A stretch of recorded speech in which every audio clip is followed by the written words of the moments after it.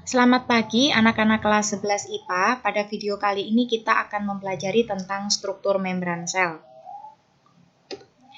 Membran sel atau nama lainnya membran plasma di sini punya sifat selektif permeabel atau semi permeabel.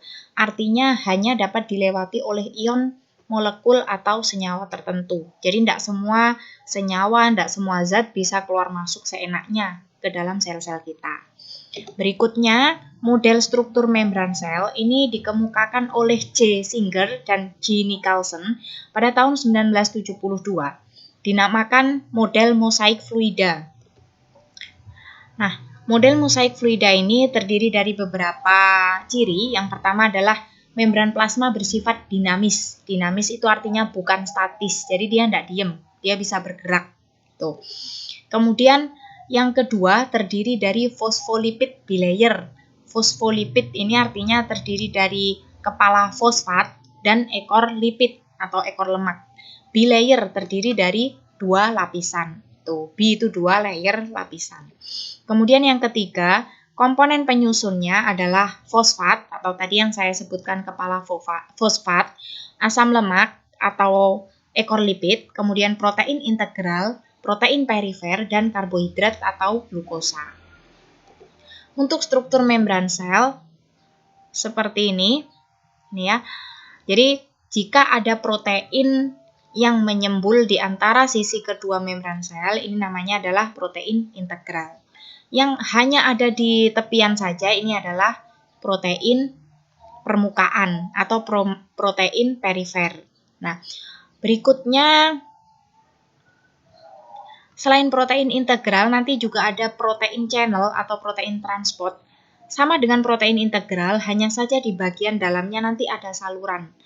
Fungsinya untuk saluran atau lewatnya zat-zat tertentu. Berikutnya ini juga yang bentuknya seperti spiral, ini adalah protein integral juga. Nah, hanya saja nanti ada fungsinya sendiri.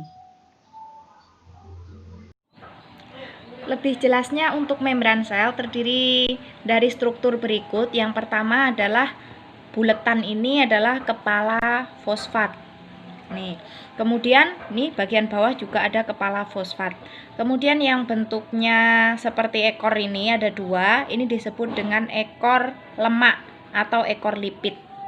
Kemudian jika ada protein yang menyembul dan kedua sisinya terlihat, artinya yang sisi atas terlihat dari atas, sisi bawah juga terlihat dari bawah, ini namanya adalah protein integral.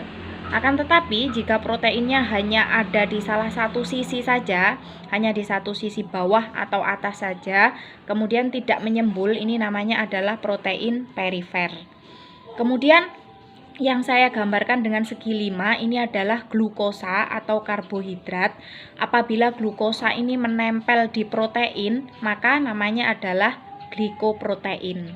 Kemudian jika glukosanya menempel di kepala fosfat, maka namanya adalah glikofosfat.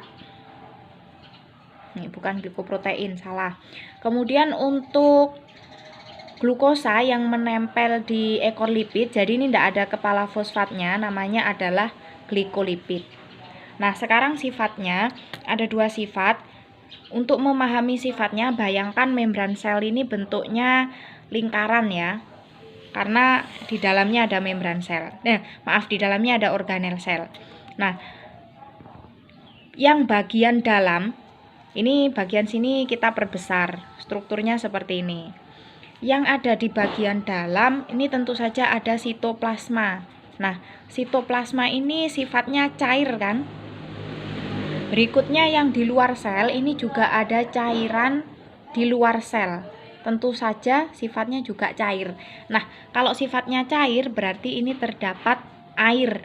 Nah, maka di sini untuk membran sel ada dua sifat. Yang pertama adalah hidrofobik atau takut air. Yang takut air ditaruh di dalam. Nah, yang termasuk bagian yang takut air adalah ekor lemak atau lipid. Sementara ada juga yang sifatnya hidrofilik atau suka air. Nah, ini yang letaknya di luar.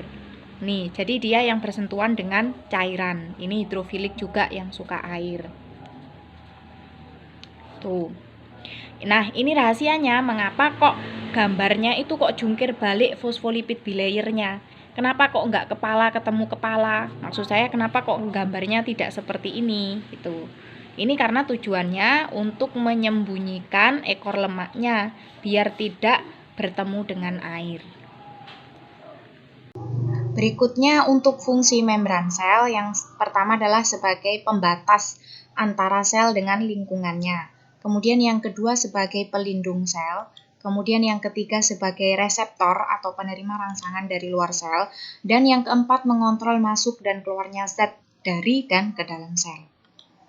Berikutnya untuk sistem endomembran. Sistem endomembran itu sendiri merupakan organel-organel sel yang saling berhubungan membrannya. Jadi membran-membrannya ini saling berhubungan secara fisik. Kemudian yang kedua, berperan dalam proses transport zat melalui vesikula atau kantong membran dari dan menuju nukleus. Kemudian yang ketiga, organel sel yang terlibat adalah nukleus, retikulum endoplasma, badan Golgi, lisosom, dan vakuola. Nah, sehingga dapat disimpulkan bahwa membran sel dari organel-organel sel berikut ini saling berhubungan. Sehingga kalau misalnya ada pertanyaan, membran lisosom berasal dari apa? Maka jawabannya adalah dari nukleus, RE, badan Golgi, dan vakuola. Begitu juga organel sel yang lain. Berikutnya untuk gambarnya kurang lebih seperti ini. Jadi yang pertama yang warna kuning ini adalah nukleus. Ini membran nukleus berhubungan dengan membran retikulum endoplasma. Kemudian retikulum endoplasma kasar ini ya. Ini kemudian retikulum endoplasma halus. Nah, berikutnya nanti berhubungan dengan badan Golgi. Setelah badan Golgi nanti juga berhubungan dengan vesikula sekresi atau yang bisa disebut dengan vakuola. Lisosom ini juga. Nah, ini kurang lebih gambar dari peran sistem endomembran. Jadi misalnya ada zat yang ingin ditransfer keluar dari nukleus, maka zatnya ini akan melewati membran nukleus, keluar, kemudian melewati saluran RE yang berkelok-kelok ini, sampai kemudian di ujung saluran retikulum endoplasma. Nah, kalau sudah sampai di ujung retikulum endoplasma, ini akan membentuk kantong, terus kantongnya dilepaskan. Nah, setelah kantongnya dilepaskan, tentunya berisi zat yang ingin dikeluarkan.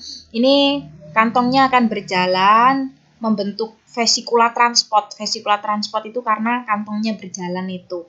Kemudian menempel di badan Golgi. Nah, kalau sudah nempel di badan Golgi, ini nanti akan terus melewati badan Golgi dari ujung ke ujung. Sampai kalau sudah di ujung yang lain, maka kantongnya akan dilepaskan lagi, terus keluar, membentuk kantong lagi, terus dikeluarkan dari sel. Nah, yang perlu diketahui di sini, untuk badan Golgi ini punya dua ujung. Yang pertama adalah ujung cis atau untuk menerima kantong dari nukleus. Dan yang kedua, ujung yang satunya adalah ujung trans. Trans ini untuk mengeluarkan kantong yang berisi zat. Nah, bagaimana jika zatnya berasal dari luar sel? Sama, nanti tinggal dibalik dari luar sel, membentuk vesikula transport, kemudian masuk ke badan Golgi, kemudian keluar, ini membentuk vesikula transport lagi, masuk ke retikulum endoplasma sampai masuk ke nukleus. Gitu. Nah, itu aja untuk video kali ini.